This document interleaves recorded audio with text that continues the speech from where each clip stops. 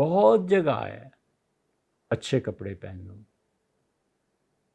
اللہ نے تمہیں دیا۔ ایک جگہ آیا کہ اللہ چاہتا ہے کہ اس کا اثر ظاہر ہو، اس لیے اچھے کپڑے پہنو تاکہ پتہ چلے کہ تم اچھے کپڑوں کی استطاعت رکھتے ہو۔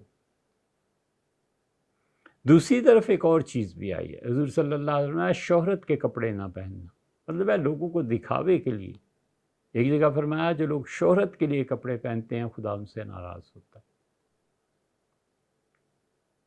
اصل بات آگے آتی ہے، پھر فرمایا وَنَعْلُهُ حَسَنًا، اور اچھے جوتے پہنے، یہ بھی آیا ہے، اچھے جوتے پہننا، بہترین جوتے پہننا، یہ سب چیزیں تھیں عربوں میں، پہنتے تھے۔ حضور صلی اللہ علیہ وسلم کے جوتے بہت اچھے تھے، بہت خوبصورت تھے۔ جوتوں کے بارے میں مستقل ہدایت دی۔ آپ نے فرمایا لوگوں یہ نہ کرو کہ ایک جوتا پہنو اور ایک چھوڑ دو، یا دونوں کو پہنو اتار دو، اور یا دونوں کو اتار دو یا دونوں کو پہن لو۔ ایک آدمی کو دیکھا اس کے جوتوں میں چلنے سے آواز آتی تھی، منع فرمایا کہ ایسے نہ چلو کہ آواز پیدا ہو۔ اسی کا اللہ کے رسول اگر یہ سب جو آپ فرماتے ہیں تو یہ تو پھر کبر پیدا ہوگا نا۔ فقال رسول اللہ صلی اللہ علیہ وسلم، حضور صلی اللہ علیہ وسلم سے جواب دیا اور فرمایا ان اللہ جمیل، اللہ خود بہت خوبصورت ہے، یحب الجمال، اور اللہ خوبصورتی کو پسند کرتا ہے۔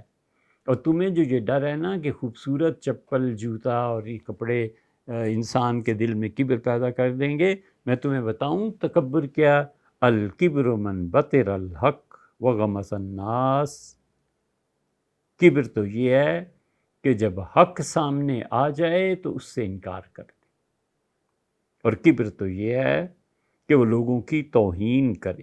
وغمس الناس، یہ دو چیزیں رسول اللہ صلی اللہ علیہ وسلم نے بتا دیں کہ متکبر آدمی حق سامنے آ جانے پہ بھی اس کا انکار کرتا ہے۔ کبھی انکار نہیں کرنا چاہیے، سچی بات ہے نا، سچ کا ساتھ دینا ہے، حق کا ساتھ دینا ہے، سچائی کو ماننا ہے۔ اسی لیے خدا کہتا ہے کہ ہمیشہ سچی گواہی دو علی الوالدین، اس سچی گواہی کی زد تمہارے والدین پہ بھی پڑتی ہے نا تو بھی گواہی سچی دو۔ پھر کہتا ہے کہ غنیاً او امیر، فقیراً او، وہ فقیر ہے یا اس کے پاس پیسہ ہے، تو اس لیے جھوٹی گواہی مت دینا کہ غریب ہے اس پہ ترس کھا جائیں، اور امیر ہے اس کی دولت سے ذرا ڈر جائیں۔ فاللہ اولیٰ بہما، لوگو اللہ غربت اور امارت دونوں سے بہت بلند ہے۔ بات کرنی ہے تو سچی بات کرنی ہے۔ اس سے ہمارے زمانے کے بہت بڑے فسادات میں سے ایک فساد یہ ہے کہ ہم حق کے ساتھ کھڑے نہیں ہوتے، سچائی کے ساتھ کھڑے نہیں ہوتے۔ ایک رائے آتی ہے، ہمیں پتہ ہے کہ یہ رائے غلط ہے، پھر بھی اس کی تائید میں تقریریں کریں گے، یہ ہو جائے گا، وہ ہو جائے گا۔ پتہ ہے کہ گھر کی تقسیم غلط ہے، لیکن چونکہ اپنے داماد کا حصہ کم ہوتا ہے اور بیٹے کا حصہ زیادہ پڑتا ہے، اس سے سارا خاندان اس کے ساتھ۔ پتہ ہے کہ کھانا ٹھیک نہیں پکا، بجائے حق کا ساتھ دینے کے ڈرتا ہے اور کسی اور کا ساتھ دیتا ہے۔ مناسب الفاظ میں اختلاف کو بیان کرنا یہ دین کا منشا ہے۔ حضور اقدس صلی اللہ علیہ وسلم کے گھر کھانا پکا، حضرت میمونہ رضی اللہ عنہ نے یا ام المومنین حضرت ام سلمہ رضی اللہ عنہ نے آواز دی اور کہا لڑکو آؤ اور کھانا کھا لو۔ سب بیٹھ گئے کھانا کھانے کے لیے، خالد بن ولید رضی اللہ عنہ وغیرہ بھی تھے۔ تو کسی نے کہا رے یہ جو کھانا پکا ہے یہ جانور تو حرام ہے۔ حضور صلی اللہ علیہ وسلم دور سے آواز دی، آپ نے لوگوں میں نہیں کھاتا، یہ جانور ہماری زمین پہ ہوتا نہیں، لیکن ہے یہ صحیح، جائز ہے، حلال۔ لوگ کھاتے رہے، آپ دیکھتے رہے۔ جیسے فرض کر لیں مصری مرغی، بہت سے لوگ نہیں کھا پاتے، کہتے ہیں نہیں ہماری زمین میں ہوتی نہیں۔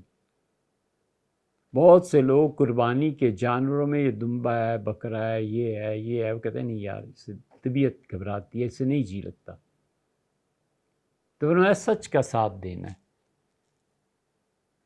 اور اگر نہیں دو گے تو بطر الحق، تم سچائی کو سن کے ناگوار گزرے گی۔ اپنی انا پہ چوٹ پڑتی ہے نا، کوئی چھوٹا آ کے کہہ دیتا ہے کہ نہیں ایسے نہیں، ایسے کر لیں، اوفو مجھے چھوٹے نے کیسے کہہ دیا، حالانکہ وہ حق پہ ہے، سچائی پہ ہے، اور اتنا نہیں سیکھتے کہ امام مقتدی سے 100 گنا افضل ہے۔ فرض کر لو کوئی بڑا نیک، بڑا صالح، بڑا متقی نماز پڑھا رہا ہے، اور وہ رکوع سجدہ کہیں کوئی گڑبڑ ہو جائے، پیچھے جو کھڑے ہوتے ہیں نا، جو اس سے 100 گنا کم ہیں، گناہ گار ہیں، وہ بھی گائیڈنس دیتا ہے کہ سبحان اللہ، اللہ اکبر کہتا ہے، امام اپنے آپ کو صحیح کر دیتا۔ یہ سمجھ میں نہیں آتی کہ ایک آدمی نماز پڑھا رہا ہے اور 999 اس کے پیچھے ہیں، غلطی کر کے تو دیکھے، غلطی ہوئی اور آوازیں آنا شروع ہو گئی، اس کا مطلب یہ ہے کہ کوئی بھی آدمی کامل نہیں ہے، ہر ایک سے غلطیاں یار زندگی میں ہوتی ہیں، کوئی چھوٹا بڑا کوئی سمجھا دے کہ بچے ایسے نہیں کرتے، نہیں برا ماننا چاہیے۔ آپ نے فرمایا اپنے آپ کو بڑا سمجھنا یہ ہے کبر، اور لوگوں کے معائب پہ نظر، لوگوں کو کم درجے کا سمجھنا بدترین نگاہ ہے۔ سینکڑوں لوگ پوچھتے ہیں کہ نظر پہ کنٹرول نہیں ہے، کس کس چیز کو ہم دیکھتے رہتے ہیں، اور آج تک جو کبھی کسی نے پوچھا ہو کہ میں اپنے آپ کو بہت اچھا سمجھتا ہوں، میری نظر ہمیشہ اپنے حسن، اپنے جوتے، اپنے کپڑے، اپنی قابلیت، ان چیزوں پہ رہتی ہے، میں گناہ گار ہوں گا یا نہیں ہوں گا؟ اور کبھی جو کسی نے پوچھا ہو کہ میں لوگوں کو حقارت کی نظر سے دیکھتا ہوں، مجھے اس پہ گناہ ملے گا یا نہیں؟ انہیں محرم نامحرم کی تو بڑی بحثیں یاد ہیں، اور یہ نہیں جانتے کہ بدترین نگاہ، اس سے بدتر نگاہ ہو ہی نہیں سکتی کہ لوگوں کو کم درجے کا سمجھے۔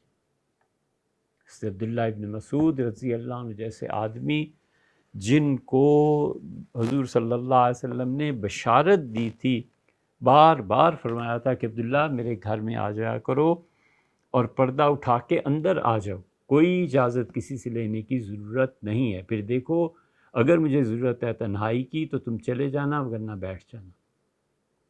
اور جس کے متعلق حضور صلی اللہ علیہ وسلم تھا، میں ہر اس چیز سے امت سے راضی ہوں جس پہ ابن مسعود راضی ہے، یہاں تک کہ آپ نے فرمایا کہ اگر مشورہ نہ ہوتا، شورا نہ ہوتی، تو میں لوگوں بغیر کسی سے مشورہ کیے عبداللہ ابن مسعود کو مسلمانوں کا خلیفہ بنا دیتا۔